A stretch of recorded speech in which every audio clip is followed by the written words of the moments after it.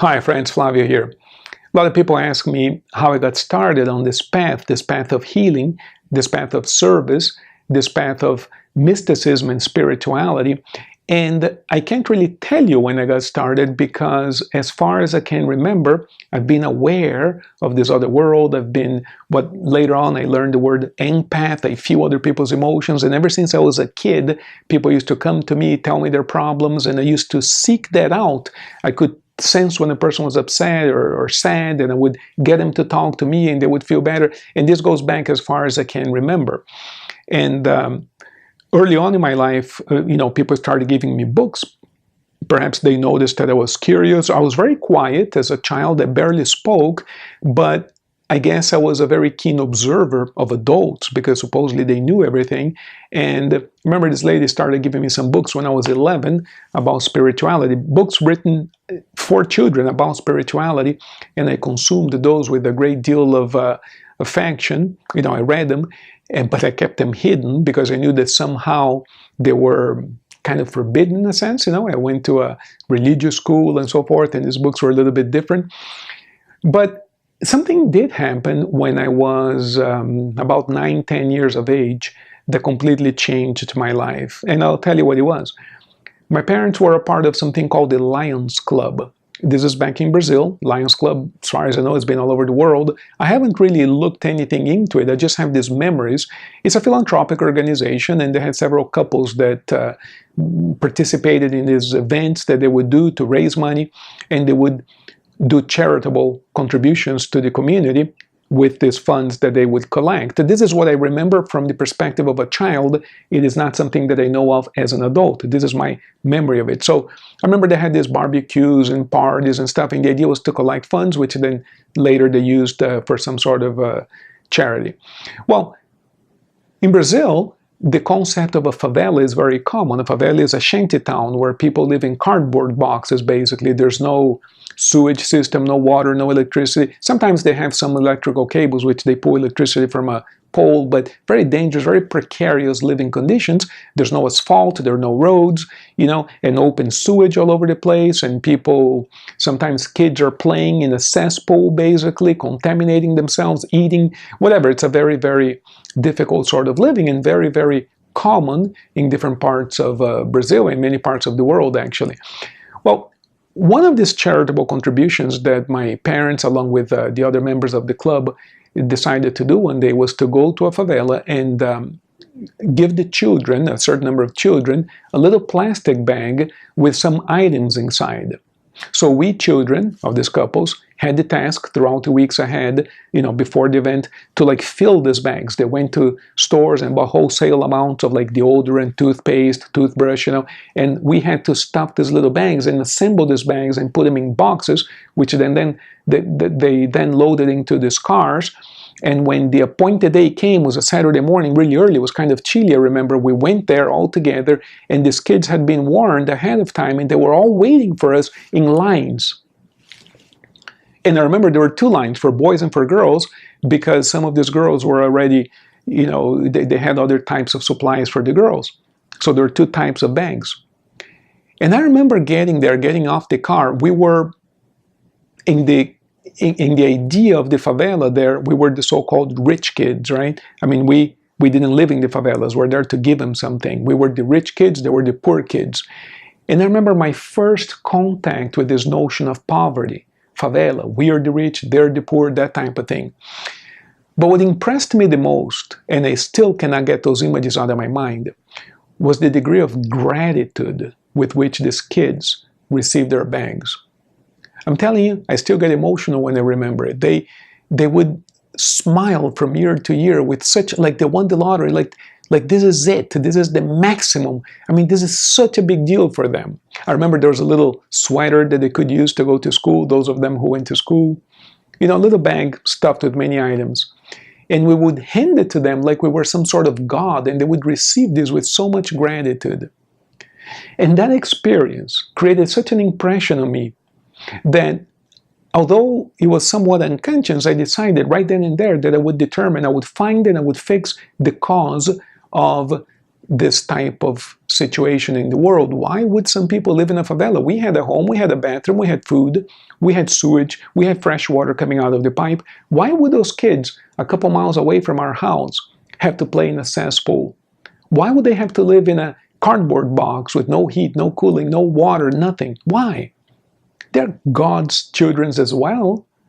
You know, that wasn't right.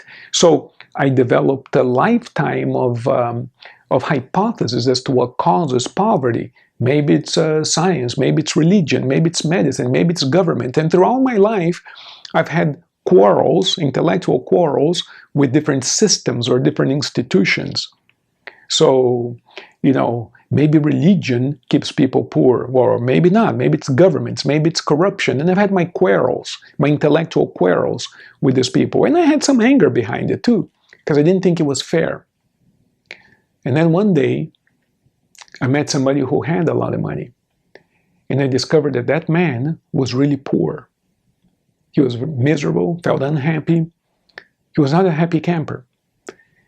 And I realized the way he talked about his life, how poor he really was, despite the fact that he had a lot of money. And I realized that poverty, the idea of poverty, goes well beyond not having money to buy a house. So favela, to me, came to symbolize something much bigger than lack of money in a cardboard house. Favela came to symbolize to me a whole notion of spiritual poverty, a whole notion of forgetting who we really are. And I decided to go to work on that. My job is to help people out of their own internal misery and poverty, their own suffering.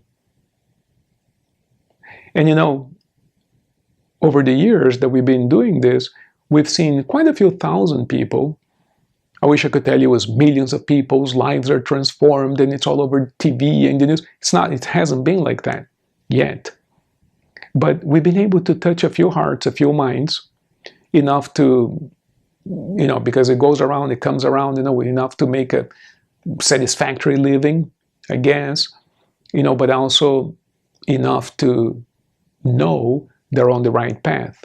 Because we've seen enough eyes, enough hearts transformed, enough lives transformed. I'll give you an example.